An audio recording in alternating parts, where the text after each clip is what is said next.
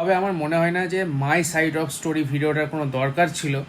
তো যাই হোক, করেছে তার ইচ্ছা। তো গাইস, এটা আজকে কোনো ভ্লগ ভিডিও না, বিকজ আজকে কিছু জিনিস নিয়ে কথা বলবো, যেটা হচ্ছে এখন তো ভাইরাল, বুঝতেই পারছো চারিদিকে একটা কন্টেন্ট, যেটা মানে একজন ইউটিউবারের যে কন্টেন্টগুলো নিয়ে এরকম কথা হচ্ছে, মানে এটা তো জেনুইনলি মানে সবাই যে ভিডিও বানাচ্ছে সেগুলো সবাই ঠিক কথা বলছে প্রায়।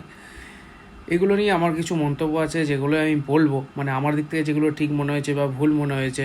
তো দেখো গাইস, আমি যেগুলো নিয়ে বলবো সেটা হচ্ছে যে আমার দাদার এডিটিংগুলো ভালো লাগতো এবং তার ভিডিওর যে ড্রোন শট থাকতো সেগুলো ভালো লাগতো বলেই আমি দেখতাম, বিকজ আমি একজন ফটোগ্রাফার।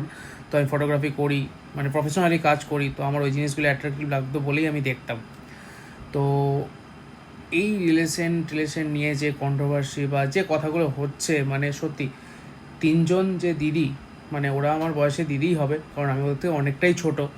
তো আমি একটা কথাই বলবো, তাদের জন্য সিরিয়াসলি খারাপ লাগছে, যেহেতু লাস্ট যে দিদিটি ভিডিও বানিয়েছে, মানে যেখান থেকে স্টার্ট হয়েছে দাদার যে লাস্ট গার্লফ্রেন্ড, তো তার জন্য তার ভিডিওটা দেখে আমি সিরিয়াসলি খুব মানে মাথা ব্যথা খারাপ হয়ে গেছিলো ভাই।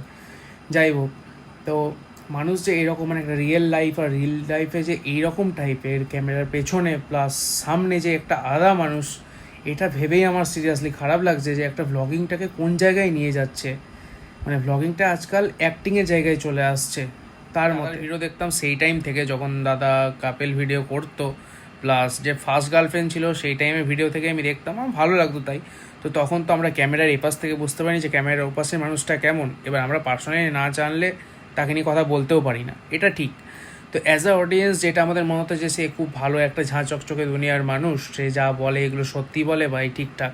কিন্তু সে যে এই রকম, ঠিক আছে, অ্যাগ্রেসিভ, গায়ে হাত তোলা, এই জিনিসগুলো লিটারেলি খুবই বাজে জিনিস। মানে আমি তো বলবো কোনো মেয়েরই এটা মানে সাপোর্ট করা তো দূরের কথা, মানে রুখে দাঁড়ানো অবশ্যই উচিত, কারণ এখনকার দিনে এই জিনিসগুলো প্রচণ্ড বেড়েও গেছে। আর এগুলো একমাত্র রক্ষা করতে গেলে মেয়েরা নিজেরাই পারে। তো আমি চাইবো যারা আমার দিদি বোন বা ভাই আছো, প্লিজ মানে এগুলোর জন্য রুখে দাঁড়াও। মানে দিদি বোনদেরই বলছি, আমার সমবয়সীদেরও, এগুলোর জন্য রুখে দাঁড়াও প্লিজ, এগুলো সাপোর্ট করো না। পারবে, তোমরাই পারবে, কারণ হচ্ছে মেয়েরা মায়ের জাত, অলওয়েজ তোমরাই পারবে। দেখে জাস্ট মনে হলো লিটারেলি টর্চার করা হয়েছে।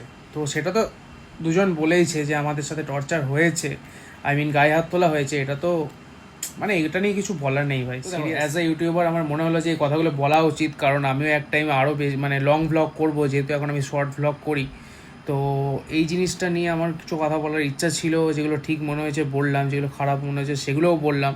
আর দেখো, একটা কথাই বলছি, আমি জানি না এতে কার কি খারাপ লাগছে বা ভালো লাগছে, যদি খারাপ লেগে থাকে তার জন্য আমি ক্ষমা চেয়ে নিচ্ছি। আর